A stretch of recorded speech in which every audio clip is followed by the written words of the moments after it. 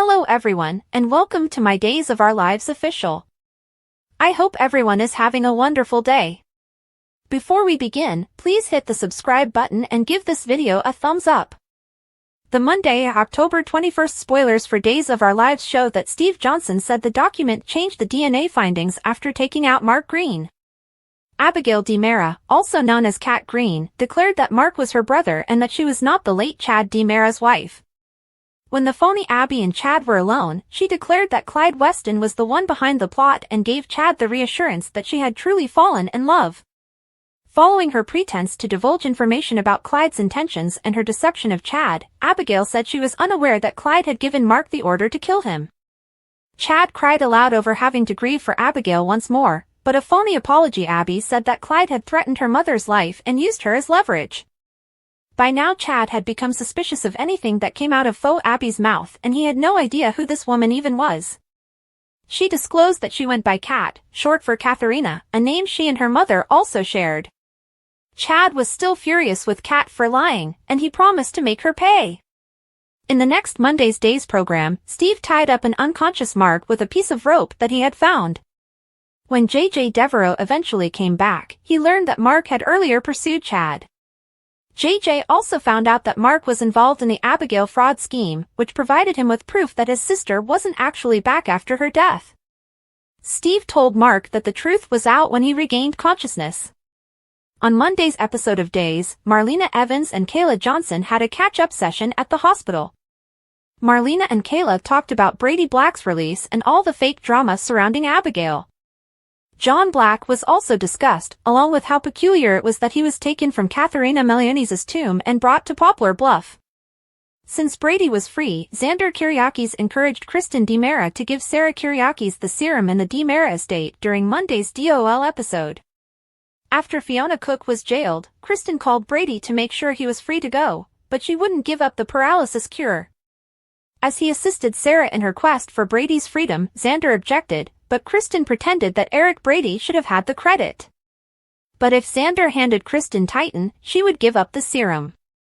Xander objected, but Kristen refused to back down, acting as though Xander would find it worthwhile if Sarah was able to walk once more.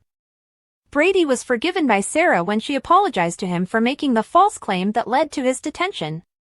After learning that Sarah had done it to shield him from Xander's lethal retaliation, Brady learned about the serum Kristen was selling. Brady later traveled to the DiMera estate and pondered whether Kristen would provide Sarah with the remedy. Kristen was confident that the arrangement she had put out to Xander would succeed.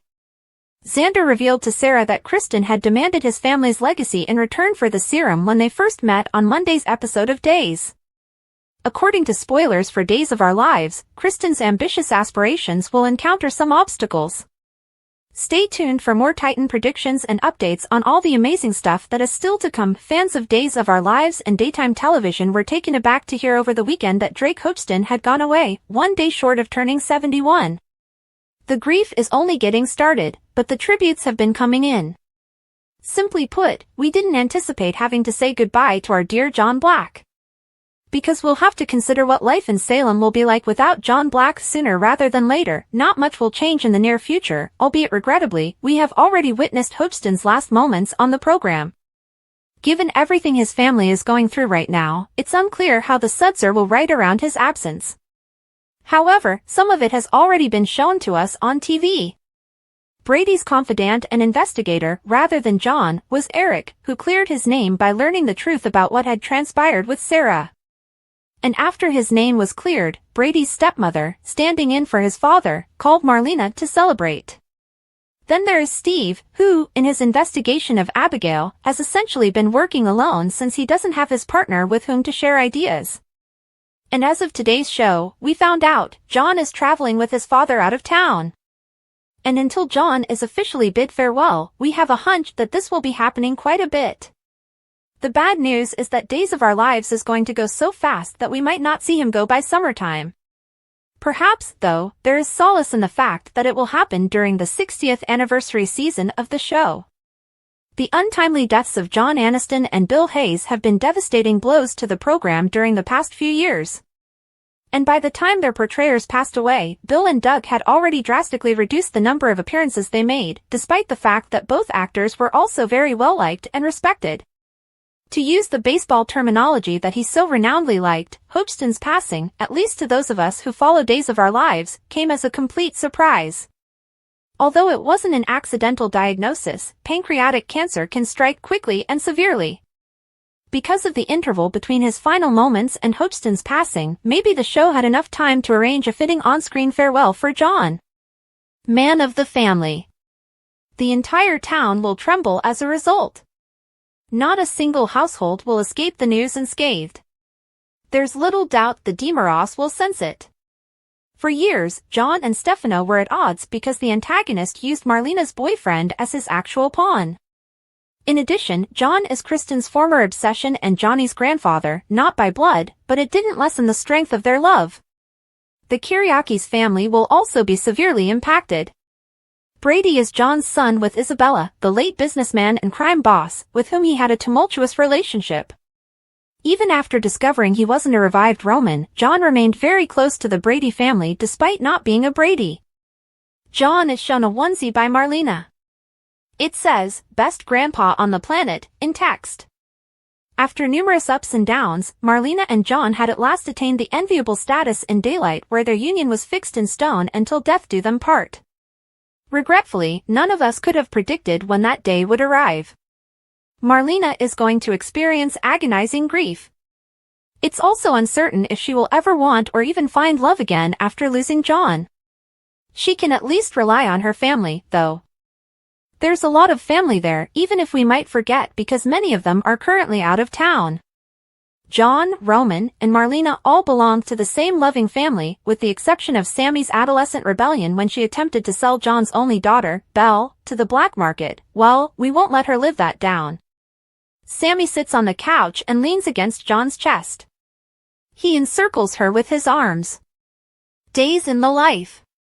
It's highly likely that Marlena's children, Belle, Sammy, and Eric, will return. Yep, he will be leaving town once more following this Brady drama, and Carrie will undoubtedly come back with Austin to bid him farewell. Paul must also go back for his father, and we would be shocked if he did not return with Andrew by his side. The grandchildren are another story. Claire, Will, Allie, and possibly Sydney again are among them. We know that many will be back for Doug's goodbye in around a month, but let's hope that at least a few of Marlena's children stay behind to support their mother following John's death.